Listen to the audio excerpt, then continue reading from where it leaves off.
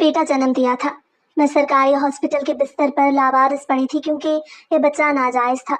मैं खुद नहीं जानती थी ये बच्चा किसका था, पर मेरे घर वालों ने मुझे निकाल दिया। मैं बच्चे को लेकर एक दारुल अमान में रहने लगी जब एक अमीर कबीर आदमी वहां खैरात करने आया। मेरा दिल जोर से धड़का क्योंकि मेरा बच्चा बिल्कुल उसके जैसा था। लेकिन भला ये कैसे मुमकिन था? मैं तो उसे जानती तक ना थी। जब उसने मुझे देखा और बोला तुम ही वो लड़की हो जो मेरी मुजरिम है, मैं ये सुनते ही डर गई। वो मुझे जबरदस्ती अपने साथ कमरे में ले गया। मैं रोने लगी जब मुझे लगा था कि मेरी जिंदगी में सब कुछ ठीक हो गया था, मगर मेरी आजमाइशें अभी खत्म नहीं हुई थी। एक दिन उस दारुल अमान में एक अमीर कबीर आदमी खैरात करने आया तो उसकी नजरें मुझ पर टिक सी गईं। मैं भी उसको देखकर हैरान थी क्योंकि उसकी शक्ल मेरे बच्चे से मिलती थी। मैं तो ये भी नहीं जानती थी कि मेरे बच्चे का बाप कौन था, मगर बेटा तो नाजायज था।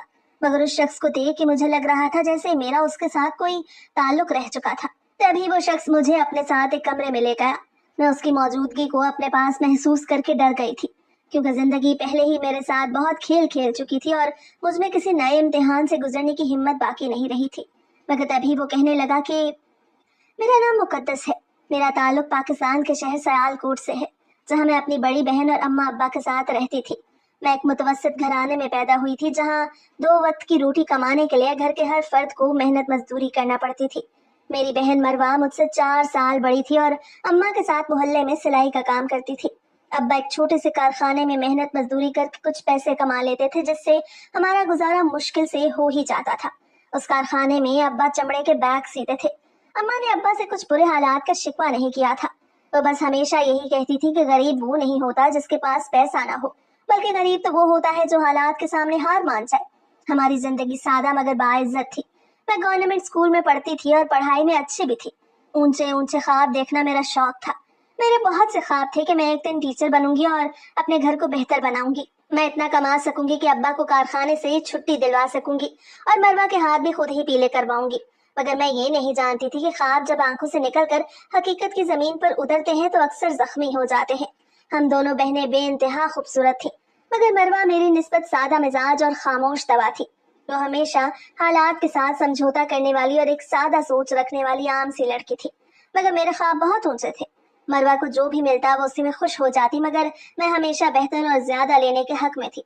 हम जिस छोटे से घर में रहते, कभी कभी मेरा दिल चाहता था कि मैं अपने उस छोटे आराम से घर से निकलकर एक बहुत बड़े घर में रहने लगूं, क्योंकि मुझे गरीब होना बिल्कुल भी अच्छा नहीं लगता था। मैं चाहती थी कि मैं बहुत जल्द इतने पैसे कमाने के काबिल हो जाऊं कि मुझे दोबारा कभी उस छोटे से घर को देखना ही न पड़े। इसलिए मैं खूब दिल लगा के मेहनत कर रही थी, मगर मुझ में सब्र बिल्कुल भी नहीं था। मैं जल्द ही अमीर होना चाहती थी। उस वक्त मरवा मैट्रिक कर रही थी जब अम्मा अब्बा को ये फिक्र सताने लगी कि मरवा अब जवान हो गई थी और उसको उसके घर का कर देना चाहिए था, क्योंकि हमारी बरादरी में लड़की की कम उम्री में ही शादी कर दी जाती थी।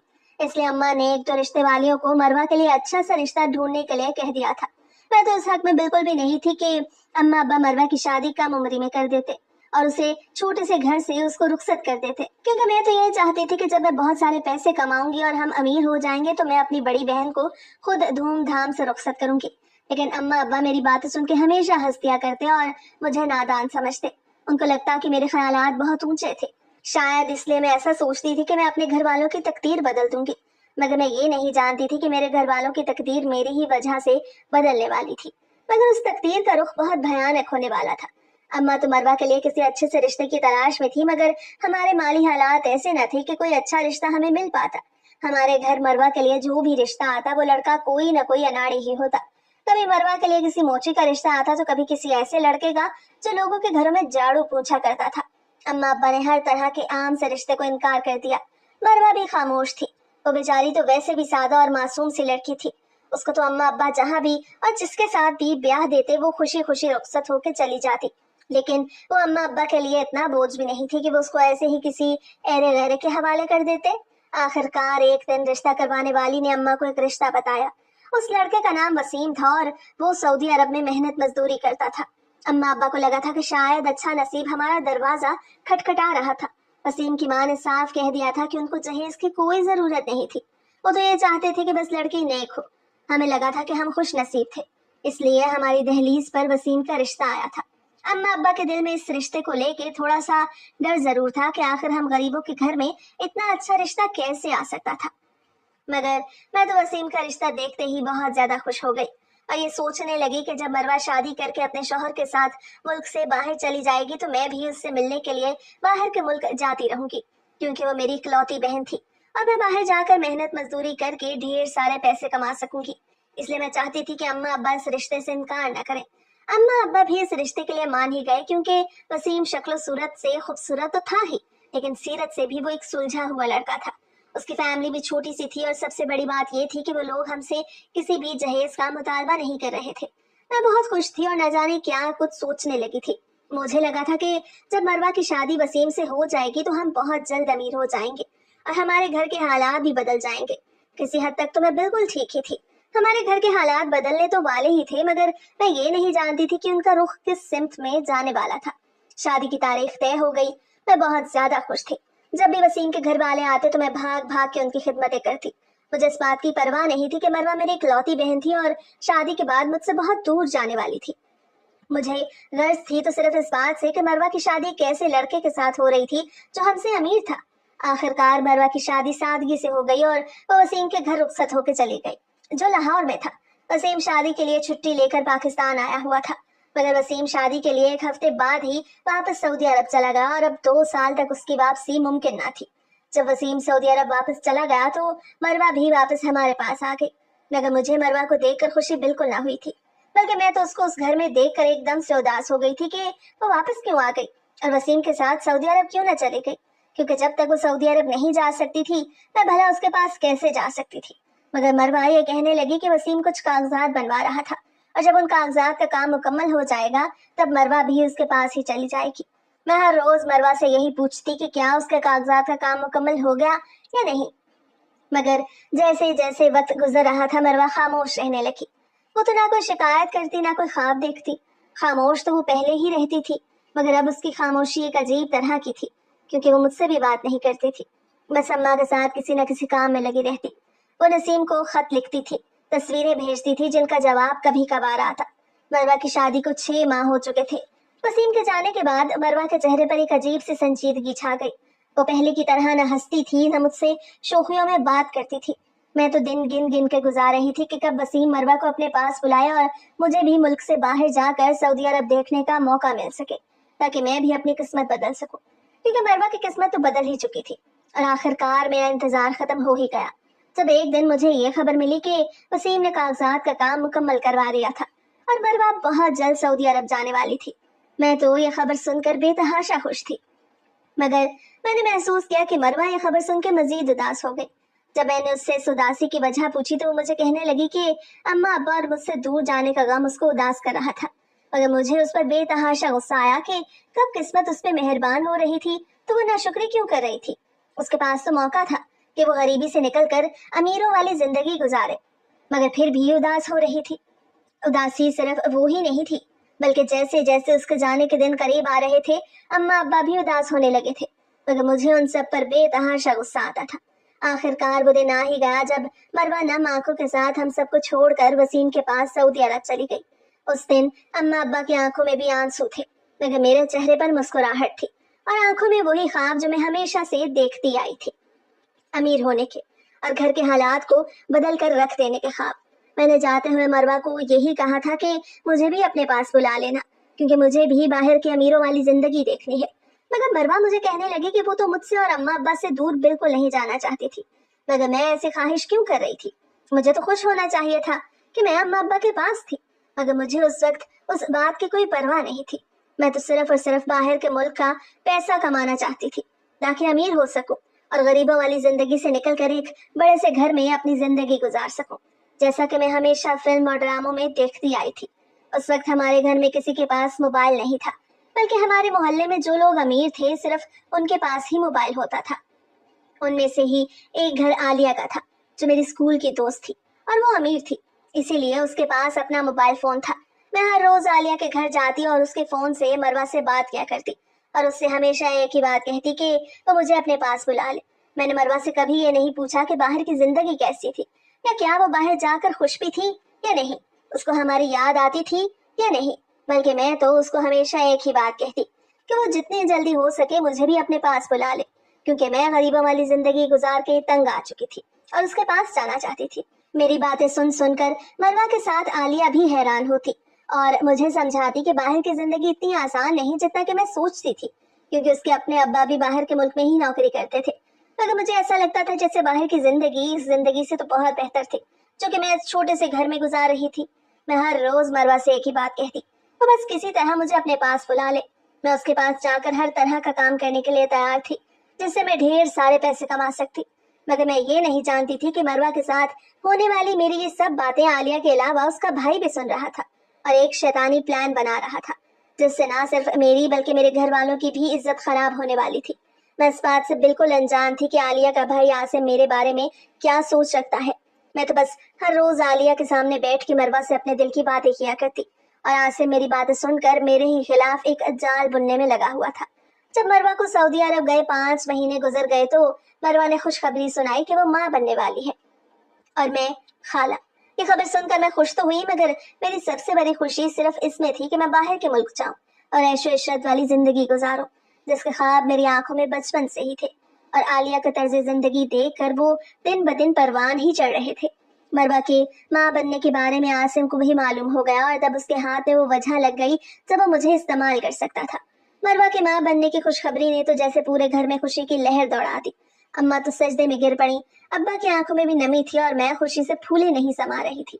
मगर मेरी खुशी की वजह मरवा का माँ बनना नहीं था, मेरी खुशी तो कुछ और थी। मुझे लगा था कि अब मेरा मरवा के पास जाना आसान हो जाएगा। मैं इतनी बेसब्र थी कि मेरे कान सिर्फ मेरी ही मर्जी की बात सुनना चाहते थे और मरवा की या किसी और की किसी बात की मुझे कोई परवाह नहीं थी। मरवा की थकन, उसके दुख, उसकी कुर्बत की कमी या उसकी तन्हाई मुझे दिखाई ही नहीं देती थी। मैं तो बस अपने ख्यालों में खुद को सऊदी अरब के एक बड़े से शॉपिंग मॉल के कैश काउंटर के पीछे देखती थी, या किसी हॉल में वेलकम ड्रिंक्स पेश करते हुए देखती, या खूबसूरत लिबास में फैशन शोज में जैसे मैं फिल्मों ड्रामों में देखती थी। एक दिन जब मैं मरवा से बात करने आलिया के घर गई तो आसिम ने मुझे खुद से मुखातिब किया और कहने लगा, मुकद्दस, क्या तुम वाकई बाहर अपनी बहन के पास जाना चाहती हो? आसिम की बात सुनकर तो जैसे मैं चौंक ही गई। पहली बार वो बराह रास्त मुझसे बात कर रहा था, मगर मैंने फौरन इस बात में सर हिला दिया। तो मुझे कहने लगा कि मुझे सऊदी अरब जाने के लिए उसके एक दोस्त से मिलना होगा, क्योंकि बकौल उसका दोस्त अमारात में कंपनी चलाता था और वहाँ खूबसूरत और जवान लड़कियों को रिसेप्शन, सेल्स या इवेंट मैनेजमेंट की नौकरी देता था। मगर उसने एक शर्त भी रखी थी कि मुझे उसके दोस्त को जाकर खुद इंटरव्यू देना होगा। मैंने कुछ भी सोचे समझे बगैर बेताबी से बस यही पूछा कि मुझे कहाँ और कब जाना था। आसिम मुझे कहने लगा कि वो मुझे खुद वहां ले जाएगा और आलिया भी हमारे साथ ही होगी, इसलिए मुझे फिक्र करने की जरूरत नहीं। ये सुनकर मेरे दिल को सुकून सा मिला और आलिया भी मेरे साथ होगी। उस वक्त मुझे यही लगा कि शायद किस्मत का दरवाजा खुल रहा था। मैंने अम्मा से कहा कि मैं आलिया के साथ लाहौर जा रही थी, उसकी खाला के यहाँ। अम्मा भी आलिया के नाम पर फौरन मान गई। अगली शाम आलिया और आसिम मुझे लेके लाहौर रवाना हो गए। गाड़ी में खुशगपियां हो रही थी, मगर मेरे दिल में एक अजब सी बेकरारी थी, जैसे कोई अनजाना खौफ दिल में सरसरा रहा था। हम एक दरमियाने दर्जे के होटल में पहुंचे जहां आसिम ने बताया कि वो शख्स अभी पहुंचा नहीं, इसलिए हम पहले रूम में जाके आराम कर लेते। रूम का सुन के मैं डर गई। आसिम को शायद महसूस हो गया कि मैं डर गई थी। तभी वो मुझे कहने लगा कि उसका दोस्त मेरे लिए खुद इस होटल में मेरा इंटरव्यू लेने आ रहा था और वो थका हुआ आएगा तो इंटरव्यू भी आराम से करेगा। वो मुझे कहने लगा था कि मैं फिक्र न करती, क्योंकि वो और आलिया भी तो साथ ही थे। मुझे उस वक्त कुछ भी गलत न लगा, क्योंकि आलिया वहां थी और आसिम उसका भाई था। मगर जैसे ही हम रूम में पहुंचे, आलिया कहने लगी कि उसे कुछ लेना है और वो जल्दी वापस आ जाएगी, और फिर वो वहां से चली गई और वापस नहीं आई। मैं उसका इंतजार करती रह गई। कमरे में सिर्फ मैं और आसिम रह गए। वो कमरा बंद था, बाहर टीवी चल रहा था मगर आवाज बंद थी। मैंने बेचैनी से आसिम से पूछा कि उसका वो दोस्त कब आएगा। मेरी बात सुनकर आसिम ने मुझे गौर से देखा और कहने लगा कि वहां कोई नहीं आने वाला था। मैं घबरा गई, मेरी सांसें तेज हो गई। मैंने दरवाजे की तरफ देखा कि शायद वहां आलिया आ जाती, मगर दरवाजा अंदर से बंद था, जो आसिम ने कमरे में दाखिल होते ही कर दिया था, और मेरा ध्यान वहां जा ही नहीं सका था। मैंने घबरा के कहा कि आसिम भाई, अगर वो मजाक कर रहे थे तो वो मजाक अच्छा नहीं था। मैं चीख कर कहने लगी कि प्लीज आलिया को बुलाएं, मगर आसिम का चेहरा बदल गया और उसकी आंखों में अब वो शैतान बोल रहा था जिसका मैंने तस्वुर भी नहीं किया था। वो अपने घटिया लहजे में कहने लगा कि आलिया वहां नहीं आएगी, क्योंकि वो सब जानती थी। वो मेरी तरफ बढ़ने लगा और मुझे कहने लगा कि तुम भी जानती हो कि तुम किस चीज के लिए आई हो। अब ये मौका जाया ना करो। तुम अमीर बनना चाहती हो ना? मैंने चीखने की कोशिश की मगर आसिम ने जोर से मेरा बाजू पकड़ा और मुझे अपनी तरफ खींचा। मुझे कहने लगा कि चीखने का कोई फायदा नहीं क्योंकि वो कमरा साउंड प्रूफ था, और वैसे भी जब मैंने खुद कहा कि मैं हर काम के लिए तैयार थी, बस मुझे पैसे मिलने चाहिए। मैं उसकी बातें सुन के हक्का बक्का रह गई। उसने मेरे सामने हजार हजार के ढेरों नोट रखे और कहने लगा कि लो पैसे और मेरा काम करो, क्योंकि अब ये भी एक काम है और तुम्हें इसी के बदले पैसे मिलेंगे। मेरी आंखों से आंसू बह रहे थे, मेरे जिस्म से जान निकलती जा रही थी। मैं लड़खड़ा रही थी और जमीन पे गिर गई। आसिम के अल्फाज मेरे कानों में मुसलसल गूंज रहे थे। तुम जैसी लड़कियां तो अपनी इज्जत खुद तश्तरी में रख के पेश करती हैं, तुमसे तो सिर्फ फायदा उठाना बाकी था। और उस रात मेरी इज्जत, मेरी सादगी, मेरी ख्वाहिशें सब एक शैतानी इंसान की हवस की नजर हो गई। मैं बंद कमरे में आलिया का इंतजार करती रह गई। ना वो आई ना कोई और जो मुझे उस दरिंदे से बचा सकता। वो दरिंदा मुझे बेआबरू करके मेरे मुंह पर पैसे मार के जा चुका था। वो रात मुझे शिद्दत से खुद पर अपने घटिया पैसे कमाने के ख्वाबों पे गुस्सा आया। अगली सुबह मैं अपने कपड़ों को दुरुस्त करती अपनी टूटी हुई अना के साथ उस होटल के कमरे के दरवाजे से बाहर निकली और सीधा बस स्टैंड की तरफ चल पड़ी। मुझे आलिया ना मिली, ना उसके भाई का चेहरा दोबारा देखने का मुझ में हौसला था। मैं सारा रास्ता खामोश रही। मेरी आंखों में आंसू थे मगर जुबान पर एकदम ताला लगा हुआ था। जब मैं घर पहुंची तो अम्मा मुझे कहने लगी कि क्या मेरी तबीयत ठीक थी। मैंने खाली नजरों से अम्मा की तरफ देखा और सिर्फ सर हिलाकर अपने कमरे में चली गई। जब मैंने आईने में खुद को देखा तो वहां सब कुछ पहले जैसा ही तो था, वही चेहरा, वही आंखें, मगर मेरे अंदर कुछ मर चुका था, कुछ ऐसा जो कभी वापस नहीं आने वाला था। मैं बहुत देर तक अपने बेआबरू वजूद को घूरती रही। अभी कुछ ही दिन गुजरे थे जब मुझे किसी नामालूम नंबर से एक वीडियो मिली। उस वीडियो में मैं थी, वही होटल का कमरा था, वही लम्हे थे और वही बेबसी थी। वो वीडियो देख के मैं अंदर तक झुलस गई। उस वीडियो के बाद एक मैसेज भी मिला कि अगर मैंने जुबान खोली तो ये वीडियो सबको दिखा दी जाएगी। मुझसे कहा गया कि खामोश रहो और बस काम करती रहो, तुम्हें और भी जगहों पे ले जाना है। मेरा सारा वजूद लरस गया।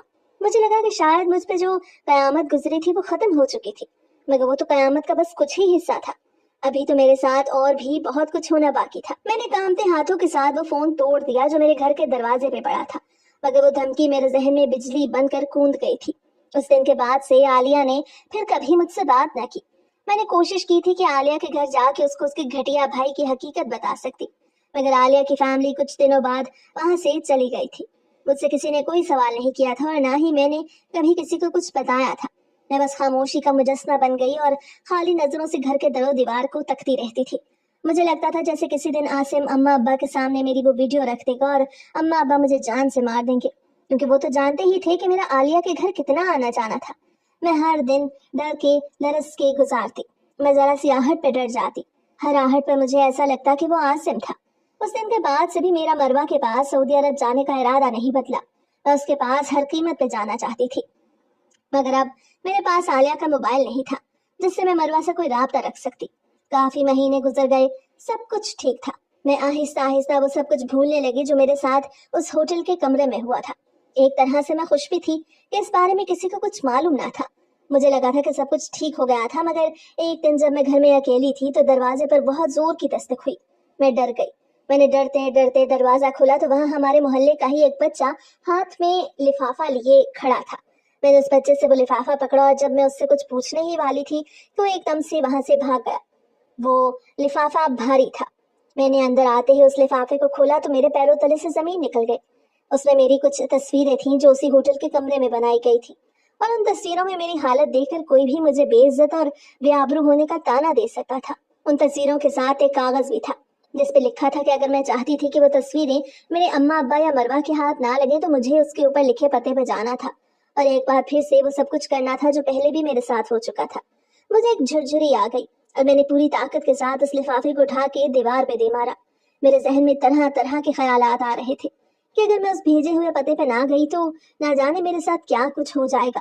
पहले तो मैं ये शुक्र करती थी कि इस बारे में किसी को भी कुछ मालूम नहीं था, लेकिन ये सोच कर ही मेरी रूह तक काम गई कि अगर इस बारे में किसी को मालूम हो गया तो अम्मा अब्बा तो जीते जी मर जाएंगे। मुझे कुछ समझ नहीं आ रहा था कि मैं क्या करूं। मैंने उस लिफाफे को आग लगा के पानी में बहा दिया और ये सोचकर मुतमईन हो गई कि मैं दोबारा वैसा कोई काम नहीं करूंगी जिसकी वजह से मुझे पछताना पड़े। मैंने बहुत मुश्किल से खुद को पुरसुकून किया और गुजरे हुए दिनों को भूलने की कोशिश करने लगी। मुझे लगा था कि उस लिफाफे को जला देने से मेरी मुश्किलात खत्म हो गई, जब काफी दिन गुजर गए तो एक दिन एक और रंग का लिफाफा मेरे घर की दहलीज पे पड़ा था। जब मैंने वो लिफाफा खोला तो मैं खुशी से उछल पड़ी, क्योंकि वो लिफाफा मरवा ने भेजा था। उस लिफाफे में एक नीले रंग का कागज था और उस पे लिखा था कि अब उसकी डिलीवरी के आखिरी दिन थे और उसको मेरी जरूरत थी, क्योंकि वो घर के सभी काम अकेले नहीं कर सकती और वसीम ड्यूटी पे होता था। उसको आराम की जरूरत थी और किसी अपने की जरूरत थी तो उसका ख्याल रख सकता, इसलिए वो मुझे अपने पास बुलाना चाहती थी। मैं तो खुशी से झूमने लगी। उस वक्त मेरे जहन से आसिम, आलिया, उस होटल में गुजरे वो भयानक रात और आसिम की तरफ से मिलने वाला वो लिफाफा, सब कुछ ही तो निकल चुका था। उस वक्त अगर मेरे जहन में कुछ चल रहा था तो सिर्फ ये कि मैं बहुत जल्द मरवा के पास जाने वाली थी और मेरे ख्वाब बहुत जल्द पूरे होने वाले थे।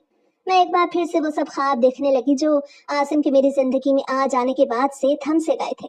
जब मैंने अम्मा अब्बा को इस बारे में बताया तो अम्मा भी बेतहाशा खुश हो गई और मेरे मरवा के पास जाने पे उनको भी कोई एतराज नहीं था, बल्कि अम्मा अब्बा तो मुझे खुशी खुशी मरवा के पास भेजने के लिए तैयार हो गए थे। मैंने बहुत खुशी खुशी अपना सारा सामान तैयार करना शुरू कर दिया और ऊंचे ऊंचे ख्वाब एक बार फिर मेरी आंखों में लौट आए। मैं वो सब कुछ सोचने लगी कि मुझे मरवा के पास जाके क्या कुछ करना था और किस तरह से ढेर सारे पैसे कमाने थे। जिस दिन मैं उस लिफाफे पे लिखे हुए पते पे जाने वाली थी, अब्बा बहुत खुशी खुशी मुझे छोड़ने जा रहे थे। वो एक बड़ी सी बिल्डिंग थी जहाँ से मुझे अपना पासपोर्ट और दूसरे कागजात लेने थे, क्योंकि मरवा मुझे पहले ही बता चुकी थी कि मेरे सारे कागजात का काम वसीम ने मुकम्मल करवा दिया था और मुझे बस वो सब कागजात एक बड़ी सी बिल्डिंग में जाके लेने थे और उसके बाद एयरपोर्ट पे जाना था जहाँ से मैं मरवा के पास जा सकती थी। मुझे लगा था जैसे मैं हवाओं में उड़ रही थी। मेरी जिंदगी का सबसे बड़ा मकसद पूरा होने वाला था। सब कुछ बिल्कुल ठीक हो रहा था। उस बड़ी सी बिल्डिंग में मैं अब्बा के साथ ही गई और एक सूटेड बूटेड आदमी से मिलने के बाद मुझे बहुत सारे कागजात मिल गए। चंद ही दिनों के बाद मेरी फ्लाइट थी और मुझे लाहौर से सऊदी अरब जाना था। अम्मा अब्बा मुझे मरवा के पास भेजने से खुश तो थे, मगर उनकी आंखों में भी एक नमी तैर रही थी, क्योंकि एक बेटी तो पहले ही उनसे दूर जा चुकी थी और अब शायद मैं भी उनके हाथों से निकलने वाली थी। उस दिन मैं बहुत खुश होकर तैयार हुई। अब्बा मुझे एयरपोर्ट पे छोड़ने आया और मैं खुशी खुशी जहाज की तरफ जाने ही वाली थी जब एक आदमी ने आके मुझे रोका और कहने लगा कि मेरे सामान की तलाशी लेना रह गया था। मैं मुतमईन होकर उसके साथ चल पड़ी, क्योंकि इतना तो मुझे भी मालूम था कि ये भी सफर का एक जरूरी हिस्सा था, मगर उस आदमी के साथ जाना मेरी सबसे बड़ी भूल थी। वो मुझे लेके एक कमरे में गया जहाँ मेरे सामने वो ही घटिया चेहरा लिए खड़ा था। मेरी रूह तक कांप गई। मैं वापसी का कोई रास्ता ही नहीं बचा था। मैंने वहां से भागने की कोशिश की, मगर उस आदमी ने मुझे जोर से पकड़ लिया जो मुझे लेके आसिम के पास आया था। मेरी आंखों के सामने होटल का वही मंजर घूम गया जिसको मैं भूलने की कोशिश कर रही थी, मगर आसिम की बात सुन के मेरे रहे सहे औसान भी खता हो गए। वो मुझे कहने लगा कि उसने मुझे बहुत आराम से अपने पास बुलाया था, किसी बच्चे के हाथ वो लिफाफा भेजकर, मगर मैंने उसको नजरअंदाज कर दिया। तब उसको यह कदम उठाना पड़ा कि उसको मरवा के नाम का लिफाफा भेजना पड़ा, क्योंकि वो जानता था कि मैं मरवा की किसी भी बात से इनकार नहीं कर सकूंगी। और ऐसा ही तो हुआ था। मैं उस लिफाफे पे अंधा यकीन करके उसके सामने खड़ी थी। अम्मा अब्बा को तो यही लगा था कि मैं मरवा के पास जा चुकी हूँ, इसलिए वो मुझे तलाश करने नहीं आ सकते थे। उस दिन के बाद से हर दिन मुझ पे एक नई कयामत ढाई जाती। मुझे एक तारीख कमरे में बंद कर दिया जाता और न जाने कौन कौन आके मुझे अपनी हवस का निशाना बनाता, और आसिम भी उनमें से एक ही था। मैं हर रोज दर्द से, तकलीफ से चीखते चिल्लाती, मगर जैसे जैसे वक्त गुजरता गया मुझे ये यकीन होता चला गया कि उस तारीख कमरे में मेरी मदद को कोई भी नहीं आने वाला, मुझे कोई भी बचाने वाला नहीं था। मेरी किस्मत में जो अजियत लिख दी गई थी, मुझे उस अजियत से कोई भी नहीं रोक सकता था। मैं हर रोज अपने मरने की दुआ करती, मगर किस्मत मेरे लिए हर कदम पर एक नया इम्तिहान तैयार रखती। मुझे न जाने कौन कौन सी दवाएं दे के बेहोश कर दिया जाता। कभी कभार मेरी आंखें खुलती तो कमरा तारीक होता, या अगर कभी रोशन भी होता तो मैं अपने सामने मौजूद चेहरों को पहचान नहीं पाती। आखिर एक दिन किस्मत को मुझ पर तरस आ ही गया जब उन लोगों ने मुझे लावारिसों की तरह किसी सड़क के किनारे पर फेंक दिया। शायद उनका दिल मुझसे भर गया था, या मैं उनके किसी काम की नहीं रही थी। जब मुझे होश आया तो मेरे जिस्म में जान नहीं थी। मुझे कुछ लोगों ने पानी पिलाया और मुझसे मेरा नाम और पता पूछने लगे। मुझे उन लोगों को अपने अब्बा का नाम और पता बताना ही पड़ा, क्योंकि मैं अपने अम्मा अब्बा के पास वापस जाना चाहती थी। मरवा के पास जाने का ख्याल मेरे दिलो दिमाग से निकल गया। मैं दोबारा मरवा के पास जाने का सोच भी नहीं सकती थी, चाहे वो मुझे खुद ही फोन करके क्यों न बुलाती। मेरे जिस्म पर मौजूद कपड़े बस नाम के ही रह गए थे, क्योंकि वो बुरी तरह से फट चुके थे और मेरे पूरे जिस्म पर जख्मों के निशानात थे। कोई भी मेरी हालत देख के अंदाजा कर सकता था कि मेरे साथ क्या कुछ हो चुका था। जब मैं अम्मा अब्बा के पास पहुंची तो उनकी आंखें फटी की फटी रह गई। अम्मा तो मुझे देखते ही ऊंचा ऊंचा रोने लगी और बार बार अपने सीने पे हाथ मारती, ابا تو ایک لفظ تک نہ بول سکے، ان کو جیسے سام سونگ گیا۔ ان کی خاموشی بہت گہری تھی۔ مجھے لگا تھا کہ شاید اماں ابا میرے ساتھ ہمدردی کریں گے، مگر جب کچھ دن گزرے تو میری طبیعت بوجھل ہونے لگی اور مجھے متلیاں ہونے لگی، جس کا مطلب صاف تھا کہ میں حاملہ تھی۔ تبھی ابا آگے بڑھے اور میرے منہ پر ایک زوردار تھپڑ لگایا۔ مجھے کہنے لگے کہ اسی لیے میں نے تجھے منع کیا تھا کہ تو امیر لوگوں سے دوستی نہ کیا کر۔ مجھے ابا کی بات کی کچھ سمجھ نہ آئی۔ تب ابا نے ایک لفافہ میرے منہ پہ دے مارا، جس میں میری عاصم کے ساتھ غیر اخلاقی تصاویر تھی، جن کو دیکھ کر میں نظریں چرا گئی۔ ابا جانتے تھے کہ میرا عالیہ کے گھر آنا جانا تھا اور وہ مجھے منع کرتے رہتے تھے، مگر میں ضد کر کے اس کے گھر جاتی تھی۔ ابا کو لگا تھا کہ میں نے عاصم کے ساتھ جان بوجھ کر منہ کالا کیا ہے۔ میں ان کو اپنی صفائیاں دیتی رہ گئی، مگر کسی نے بھی میری بات کا یقین ہی نہ کیا کہ میرے ساتھ کیا ہوا تھا۔ اوپر سے میرا بڑھتا ہوا پیٹ مجھے مزید رسوائی میں مبتلا کر رہا تھا۔ ابا نے مجھے دھکے دے کے اپنے ہی گھر سے نکال دیا، کیونکہ وہ نہیں چاہتے تھے کہ میری وجہ سے لوگ ان پہ انگلیاں اٹھاتے۔ میں اپنا لاغر وجود لے کے در در پھرنے لگی۔ کوئی بھی مجھے اپنے ساتھ رکھنے کے لیے تیار نہیں تھا۔ میں کبھی کسی سڑک کنارے سو جاتی اور کبھی کسی پارک میں بڑے بینچ پہ سو جاتی، جہاں پر میری ہی جیسی اور بھی بہت سی بھکاری عورتیں سو رہی ہوتی۔ میں بھیک مانگ کے اپنا گزارا کر رہی تھی۔ امیر ہونے کے سب خواب ایک تلخ حقیقت کا روپ دھار کے میرے بچے کچے وجود کو نوچ رہے تھے۔ مجھے کچھ نہیں معلوم تھا کہ میرے اماں ابا کیسے تھے اور مروہ کیسی تھی۔ مجھے تو صرف اس بات پہ شرمندگی تھی کہ میں نے عاصم کے بارے میں پہلے ہی اپنے ماں باپ کو کیوں نہ بتایا، مگر اب کچھ نہیں ہو سکتا تھا۔ جب میرے بچے کی پیدائش کا وقت آیا تو نہ جانے مجھے کون عورتیں ایک سرکاری ہاسپٹل میں چھوڑ گئیں، جہاں پر میں نے ایک بیٹے کو جنم دیا۔ میں نہیں جانتی تھی کہ اس بچے کا باپ کون تھا، مگر وہ بچہ بے حد معصوم تھا۔ اس کو دیکھ کر میں اپنے اوپر گزرنے والی ہر قیامت کو بھول چکی تھی۔ مجھے لگا تھا کہ مجھے جینے کا مقصد ایک نئی وجہ مل گئی تھی۔ میں ہر روز اس بچے کو سینے سے لگا کے خود میں جینے کی ایک نئی ہمت پیدا کرتی۔ پہلے تو میں اکیلی تھی، اس لیے کبھی کسی سڑک کنارے سو جایا کرتی، مگر اب میرے ساتھ ایک بچے کی زندگی بھی جڑی تھی، جس کو میں اپنی طرح سڑک پہ نہیں چھوڑ سکتی تھی۔ تبھی میں نے ایک دارالامان میں پناہ لی۔ میں اس دارالامان میں محنت کرتی، وہاں پہ ہر وہ کام کرتی جو میں نے اپنے گھر میں کبھی نہیں کیا تھا۔ میں وہاں پر لوگوں کے گندے کپڑے دھوتی، ان کے میلے کچیلے برتن صاف کرتی اور ان کے کمرے کی گندگی اٹھاتی، صرف اور صرف اپنے چھوٹے طلال کے لیے۔ میری دنیا طلال سے ہی شروع ہو کر اسی پہ ختم ہو جاتی، اور میں اس کے لیے ہر کام کرنے کے لیے تیار تھی، چاہے اس کے لیے مجھے لوگوں کے جوتے ہی کیوں نہ صاف کرنے پڑتے۔ جیسے جیسے طلال بڑا ہو رہا تھا، اس کی خوبصورتی میں بھی اضافہ ہوتا جا رہا تھا۔ خوبصورت تو میں بھی تھی ہی، مگر مجھے یقین ہو گیا کہ اس کا باپ جو بھی تھا وہ ایک وجیح شخصیت کا مالک تھا۔ تبھی طلال میں بھی ایک عجیب کشش تھی جو مجھے اپنی طرف کھینچتی تھی۔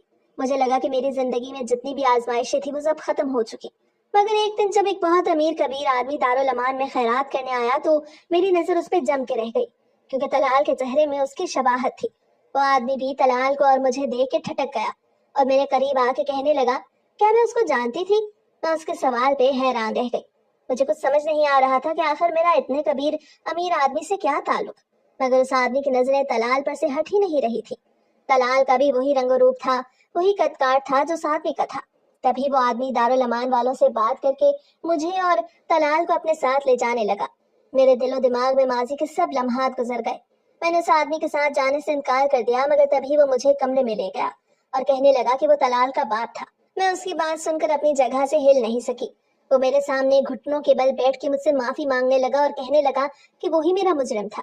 اس نے اپنے کچھ دوستوں کے ساتھ مل کے میرے ساتھ بہت غلط کیا، مگر میرے ساتھ غلط کرنے کے بعد اس کو ایک لمحہ بھی سکون میسر نہ ہوا۔ اس کا نام تیمور تھا اور وہ شہر کا بہت بڑا بزنس مین تھا۔ اس کے پاس کسی بھی چیز کی کمی نہیں تھی، مگر ہر رات میرا چہرہ اس کے سامنے کسی بھیانک خواب کی طرح آ جاتا۔ تیمور کی ایک بہن تھی جو میری ہی عمر کی تھی اور اس کی عزت بھی کسی نے خراب کر دی۔ تب اس کو احساس ہوا کہ اس نے بھی کسی لڑکی کے ساتھ غلط کیا، تبھی تو اس کی بہن کے ساتھ ہی وہ سبھی کچھ ہوا۔ وہ بہت عرصہ میری تلاش میں تھا، اس لیے میرے نام کا صدقہ ہر جگہ دیا کرتا تھا، ہر جگہ میرے نام کی خیرات دیا کرتا تھا تاکہ کسی طرح اپنے گناہ کا کفارہ ادا کر سکے۔ مگر وہ یہ نہیں جانتا تھا کہ ایک دن اس کا گناہ اس کی آنکھوں کے سامنے آ کھڑا ہوگا۔ مجھے بھی اس کی باتوں پہ کچھ یقین تو ہو ہی گیا، کیونکہ طلال بالکل تیمور کی کاپی ہی تو تھا۔ اس کے بھی تو وہی نین نقوش تھے جو تیمور کے تھے۔ میں بہت مشکل سے تیمور کے ساتھ جانے کے لیے تیار ہوئی تھی، کیونکہ میرے پاس اس کے سوا اور کوئی چارہ نہیں تھا۔ آج مجھے تیمور کے نکاح میں رہتے ہوئے 2 سال گزر گئے ہیں۔ تیمور عاصم کا ہی کوئی دوست تھا اور انہی لوگوں میں شامل تھا جنہوں نے میری عزت خراب کی تھی، مگر سچ کہتے ہیں کہ خدا کی لاٹھی بے آواز ہوتی ہے۔ اس نے جو کچھ میرے ساتھ کیا تھا وہی کچھ اس کی بہن کے ساتھ بھی ہوا تھا۔ और वो जिंदा नहीं रही थी। तब उसको अपने गुनाह का एहसास हुआ और उसने मुझसे माफी मांगने के साथ साथ आसिम को सजा भी दिलवाई। आज आसिम अपनी बाकी जिंदगी जेल में गुजार रहा है। अभी तक मेरी आलिया से कोई मुलाकात नहीं हुई। अब मैं आलिया की तलाश में हूँ ताकि उससे पूछ सकूं कि उसने मेरे साथ इतना बड़ा धोखा क्यों किया। मरवा के यहाँ भी एक बेटी पैदा हुई, मगर मेरे घर वाले दोबारा मेरी शक्ल नहीं देखना चाहते, क्योंकि उनको लगता है कि मेरे साथ जो कुछ भी हुआ उस सब में मेरा अपना ही कसूर था। आज मेरे पास रुपए पैसे की कोई कमी नहीं, मगर अब मुझे इस रुपए पैसे की कोई तलब ही नहीं रही।